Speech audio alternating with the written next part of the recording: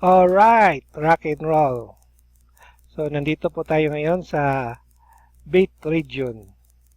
Ito po yung pinaka-latest na Bitcoin investment na nakita ko. So, ngayon ituturo ko sa inyo kung paano tayo mag-sign up or paano tayo mag-register.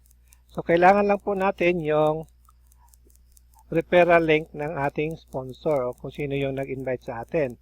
So, type natin dito yung referral link niya. Ito yung username ng ating sponsor. So, ito po, include natin yung isa sa aking mga downline. So, ito po yung magiging sponsor nyo, pangalan niya. So, ngayon, click natin tong register. Yan, sign up now. Kung di mo tayo makikita, pwede kayong mag-scroll sa baba. Nandito yun naman yung join now. Yan. So, hanapin natin yung sign up. O yan, sign up. Click natin tong sign up. Yan. Then, email.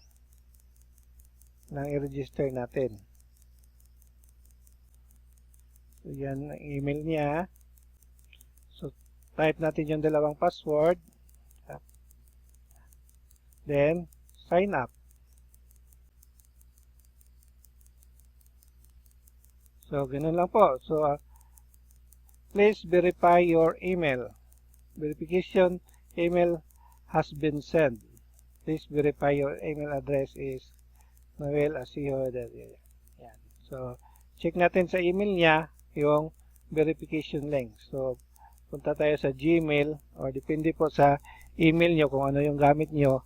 So, punta nyo sa email nyo yung verification link. So, punta tayo. Nandito ngayon. So, nandito ang email ng Bitregion. Thank you for registering with Bitregion. Please confirm your email. So, click natin to. Then, click natin tong verify your email.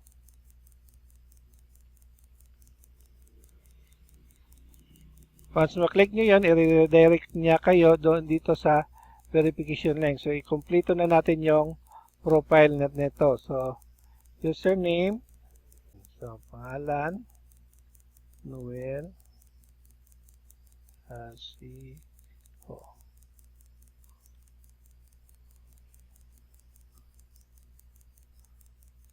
So, yan na yon. So, yung picture, mamaya mo na to dagdag doon sa next step na. So, continue.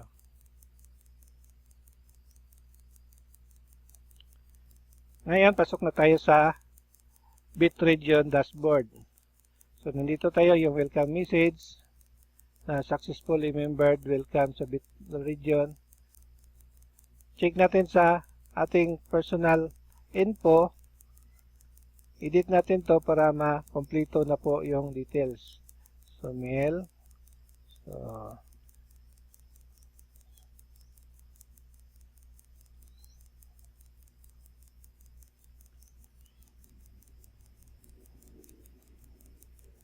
yan. So, update. Lagyan din natin ng picture.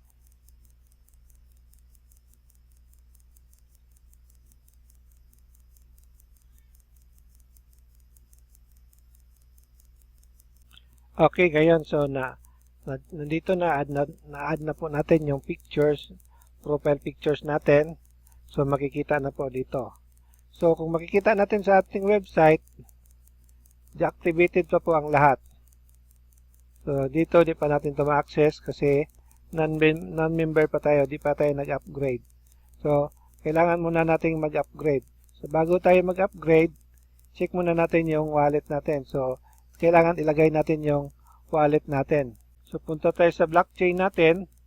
Kukunin natin yung blockchain wallet natin. So, merong gi-recommend dito. Pwede ka gumamit ng blockchain. Pwede ka gumamit ng Coinbase at iba pang mga wallet. Yan. So, blockchain yung wallet ni Noel. So, ito ngayon. So, copy natin to.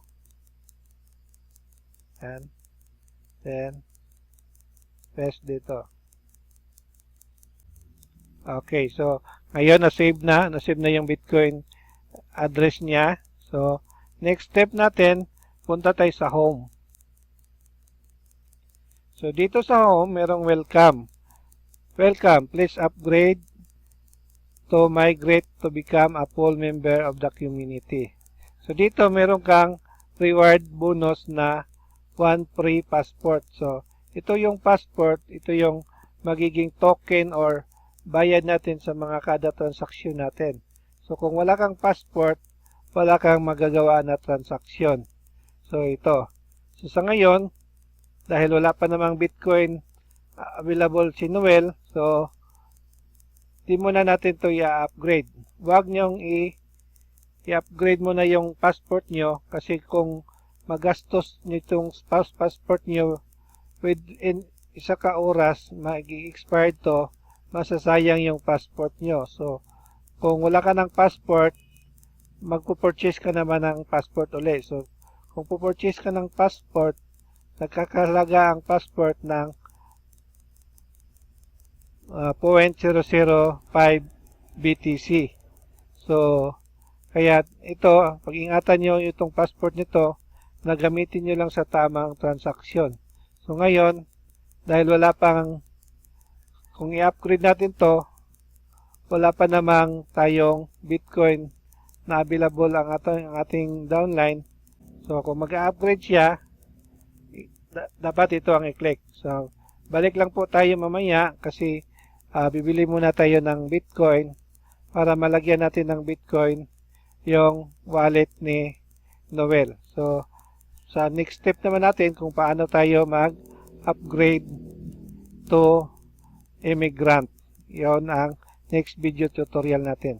Again, kung meron po kayong katanungan, meron kayong mga di naintindihan, PM nyo lang po ako sa Facebook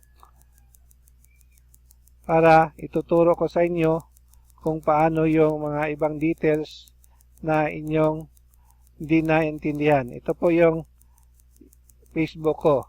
Yan, tandaan lang. facebook.com/xmelogoldx. Yan. So, PM nyo lang ako kasi more than almost 5,000 na yung friends ko. So, di ko na po kayo ma-accept as friend. So, better i-message nyo lang ako.